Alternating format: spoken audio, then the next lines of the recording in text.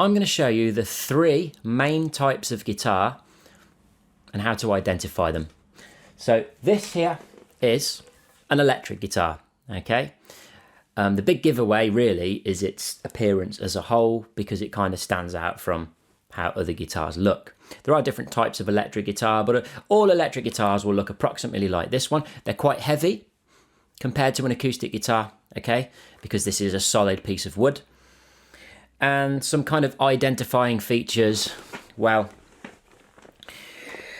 a lot of the time you'll find a plate on the back here, which is where the neck is screwed onto the body. Some guitars are one piece, but I would say that it's more common to have the neck actually screwed on. You'll also see holes in the back, and this is where, when you're replacing your strings, you'll take the old string out, disconnect it from here of course, take the old string out, or if it's snapped you just remove the end and you put the new one in through the hole. Some guitars will also have a plate here that you can unscrew, so you can actually see inside the guitar. Mine doesn't have that, but some will.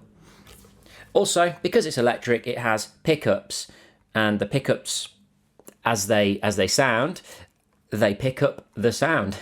They pick up the vibration of the string, and then what happens is it goes into the electrics of the guitar, magic happens, and through your guitar lead, which will be plugged in here, through the jack socket, that goes to your amplifier, and that amplifies the sound, makes it louder.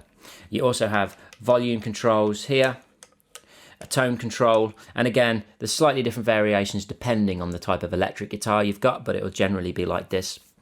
And a pickup selector switch. So this switch changes where the sound comes from, because depending on which pickup you use, you get different type of sound, depending on what type of music you're playing or what you like listening to and what sounds good to your ears. You'll also have a scratch plate, which is this white thing here, which is kind of, it's when you're using your pick so you don't scratch the wood with your pick.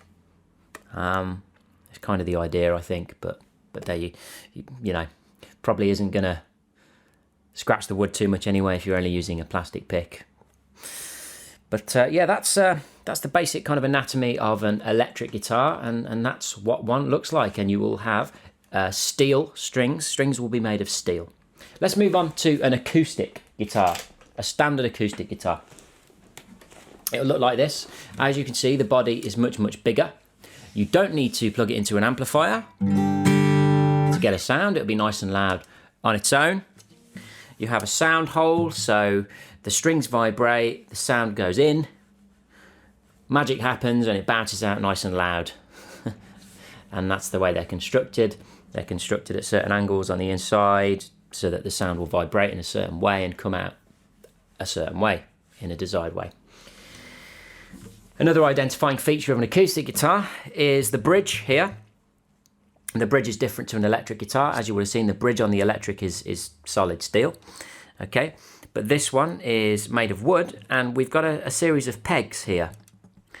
And on the back of the acoustic guitar, of course, there are no holes like there are on the electric to kind of change our strings that way, because that would be, well, that wouldn't really work. I can't go into detail why, but so the ball end of the string will go inside here. So if I wanted to remove this string, this low E string here, what I would do is I would loosen it from this part here, from the tuning peg, okay? And when it was nice and loose and saggy, I would remove one of these pegs, and then that would allow me to take the string out and put a new string in that way. And again, as you can see, the body is pretty huge, and that's what allows people to do that kind of tappy stuff.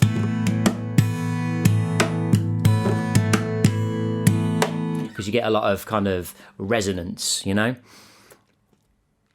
And acoustics generally tend to have a formation of three tuners on each side of the headstock, whereas electrics sometimes will have all 6 in a row. My electric here has got 4 on one side and 2 on the other. So that's kind of the difference between the electric and the acoustic. But what about a classical guitar? Well, the classical guitar unlike the acoustic has steel strings, but the classical guitar, which is this one here, has nylon strings. Now this one's a bit old and battered, so it's not very in tune, as we can quite clearly hear, but it has nylon strings. Nylon is a type of plastic, and identifying features, if you look at the bridge of a classical guitar, you will see that the strings are actually tied on with a special kind of knot. It's been a while since I've had to change classical guitar strings because I'm not a classical guitarist per se. I play the electric and the acoustic, they're kind of my specialties. And I do play some classical stuff, but in terms of changing classical guitar strings, it's not something I've done an awful lot of. The great thing about classical guitar strings is because they're made of plastic, they do tend to last a long, long time. They do tend to hold their tune very, very well as long as the guitar is of reasonable quality. But again, you'll have to learn how to tie these on.